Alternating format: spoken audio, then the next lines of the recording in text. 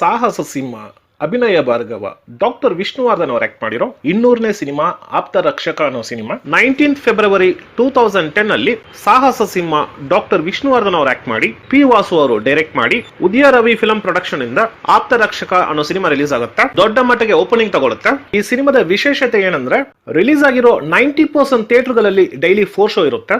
8ರಿಂದ 10% ಮಾತ್ರ 3 ಶೋಸ್ ಇರುತ್ತೆ. First day collection ಒಂದು ದೊಡ್ಡ ಇತಿಹಾಸನ ಸೃಷ್ಟಿ ಮಾಡುತ್ತೆ. 77 ಸೆಂಟರ್ಗಳಲ್ಲಿ 50 ದಿನ ಪೂರೈಸುತ್ತೆ. ವಿಷ್ಣುವರ್ಧನ್ ಅವರು ಕ್ರಿಯೇಟ್ ಮಾಡಿರುವಂತಹ ಇನ್ನೊಂದು ದಾಖಲೆ ಇದು.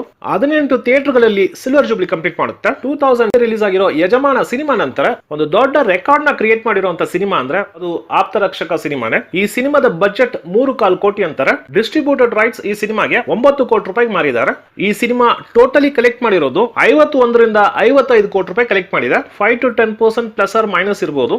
ಆದ್ರೆ ಕಲೆಕ್ಷನ್ ಅಲ್ಲಿ ಒಂದು ದೊಡ್ಡ ಇತಿಹಾಸನ ಸೃಷ್ಟಿ ಮಾಡಿರುವಂತಹ ಸಿನಿಮಾ 2010 ಅಲ್ಲಿ ಬಂದಿರೋ ಆಪ್ತರಕ್ಷಕ ಸಿನಿಮಾ. 50ರಿಂದ 55 ಕೋಟಿ ಅನ್ನೋದು ಸಣ್ಣ ಅಮೌಂಟ್ ಅಲ್ಲ. ಈ ಸಿನಿಮಾ ಸುಮಾರು ಥಿಯೇಟರ್ಗಳಲ್ಲಿ 50 ಡೇಸ್ ಕಂಪ್ಲೀಟ್ ಮಾಡುತ್ತೆ. ಇನ್ನು ಕೆಲವು ಥಿಯೇಟರ್ಗಳಲ್ಲಿ 75 ಡೇಸ್ ಕಂಪ್ಲೀಟ್ ಮಾಡುತ್ತೆ. ಇನ್ನು ಕೆಲವು ಥಿಯೇಟರ್ಗಳಲ್ಲಿ 175 ಡೇಸ್ ಕಂಪ್ಲೀಟ್ ಮಾಡುತ್ತೆ. ಆ ವರ್ಷದಲ್ಲಿ ಅತಿ ಹೆಚ್ಚು ಕಲೆಕ್ಟ್ ಮಾಡಿರೋ ಕನ್ನಡ ಸಿನಿಮಾ ಆಪ್ತರಕ್ಷಕ ಸಿನಿಮಾ ಆಗುತ್ತೆ.